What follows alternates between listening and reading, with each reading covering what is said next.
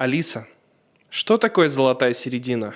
Золотая середина – это идеальный промежуточный вариант между бюджетным и дорогим, простым и сложным, иными словами, iPhone 11.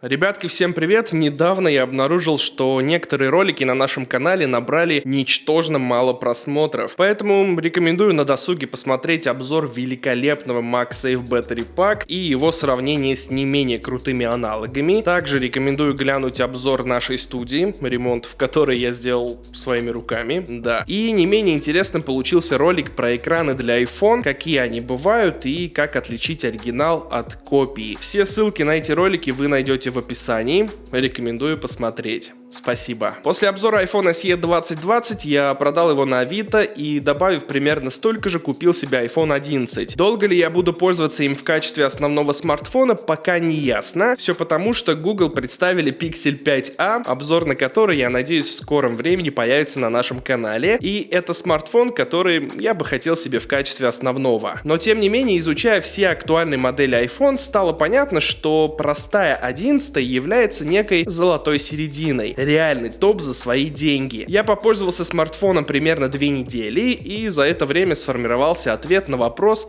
почему iPhone 11? У меня базовая версия на 64 гигабайта. С одной стороны, этого было достаточно в iPhone SE 2020, но в 11 памяти стало резко не хватать. Дело в том, что когда начинаешь пользоваться смартфоном с крутыми камерами и большим безрамочным экраном, невольно начинаешь фотографировать, снимать ролики и играть в игры в 2 раза чаще. Поэтому при возможности рекомендую приобрести версию на 128 гигабайт или оформить подписку на iCloud. Немного про внешность. Я выбрал зеленый цвет, безумно приятный оттенок, который лично мне очень понравился. Помимо классического белого и черного, можно также купить желтый, фиолетовый и красный, и каждый цвет по-своему хорош. По факту iPhone 11 не сильно отличается от iPhone 10R, но лишь на первый взгляд. Признаюсь честно, отличий хоть и достаточно, но весомых для перехода на модель поновее все еще не так много. Давайте так, если у вас уже есть iPhone 10R, то переходить на 11 нет никакого смысла. Если вы только планируете приобрести какой-нибудь смартфон от Apple, который имеет в себе практически все новые функции и стоит недорого, то iPhone 11 это то, что вам нужно. И вот почему. Из отличий это процессор A13, заменивший не менее мощный A12, и 4 гигабайта оперативной памяти вместо 3 в 10R. Разницы в скорости работы практически нет, по крайней мере при ежедневном использовании на любом из этих двух смартфонах приложения открываются быстро и работают, как правило, стабильно. Но за счет процессора помощнее и дополнительного гигабайта оперативки iPhone 11 будет актуальнее на минимум 1 год дольше. Также из заметного в iPhone 11 появился широкий модуль камеры, от которого будут в восторге, если не все, то большинство. Это новый ракурс, новые сторисы в Instagram, новые фотографии в вашей ленте. И лично мне раньше приходилось докупать отдельные линзы, чтобы добиться похожего эффекта. Безумно нравится, что имеется поддержка в Инстаграме и в Телеграме. Можно сразу же снимать на ультраширокую линзу и отправлять фотографии вашим друзьям и близким. И я очень надеюсь, что в iPhone 13 его заметно прокачают. Фронтальная камера. В iPhone 11 ее также улучшили. Теперь 12 мегапикселей вместо 7. Имеется возможность снимать ролики в 4К 60 FPS, замедленное видео, но больше всего радует ультраширокий режим. Действительно понимаю, что этого не хватало сразу после первой фотографии. И если вдаваться в подробности, то можно просто повторить мысль из предыдущих роликов. Она по-прежнему уместна. Камеры в iPhone 11 это крутые инструменты для создания контента. И да, когда вас станет чуточку больше, я начну снимать серию роликов про мобильную фотографию, про крутую и современную мобильную фотографию. Ролики, из которых вы узнаете, как делать пушечные фотографии, имея под рукой лишь смартфон. Поэтому подпишитесь, если вдруг еще не подписаны, будет интересно.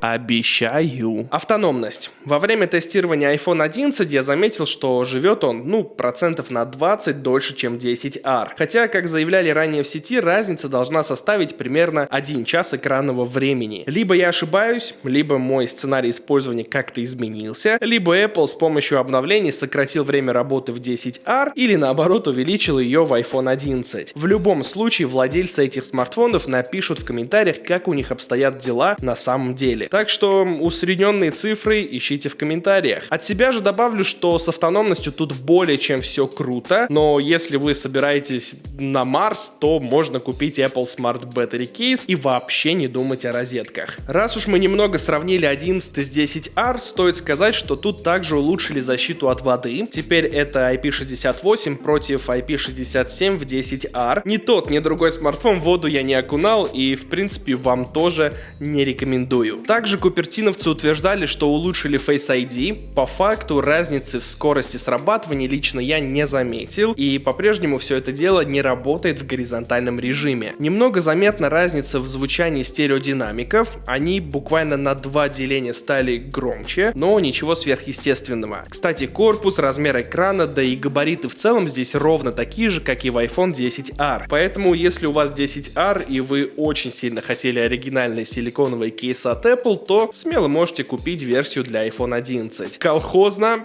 но факт. Из отличий еще мельче можно отметить Wi-Fi 6, который протестировать удастся лишь при наличии соответствующего оборудования, наличие чипа Ultra Wideband для определения положения в пространстве и чуть ли не во времени, и гигабитный интернет. Все это навряд ли убедит вас доплатить и взять iPhone 11, а не 10R, но вот цена не стартовая, а та, что актуальна на момент записи этого ролика, вот она, возможно, заставит вас купить 11 вместо 10R, потому что разница уменьшилась до каких-то 2-3 тысяч рублей. Реально. 10R топовый смартфон, но если у вас есть возможность добавить 2-3 тысячи рублей, то я, естественно, рекомендую взять iPhone 11. И если в обзоре 10R я говорил, что это как Logan с кондиционером, то iPhone 11 это как тот же Logan с кондиционером, но в максимальной комплектации. Помимо такого же экрана и габаритов, чуть мощнее движок, чуть лучше камера, чуть лучше автономность, и все это чуть дороже, чем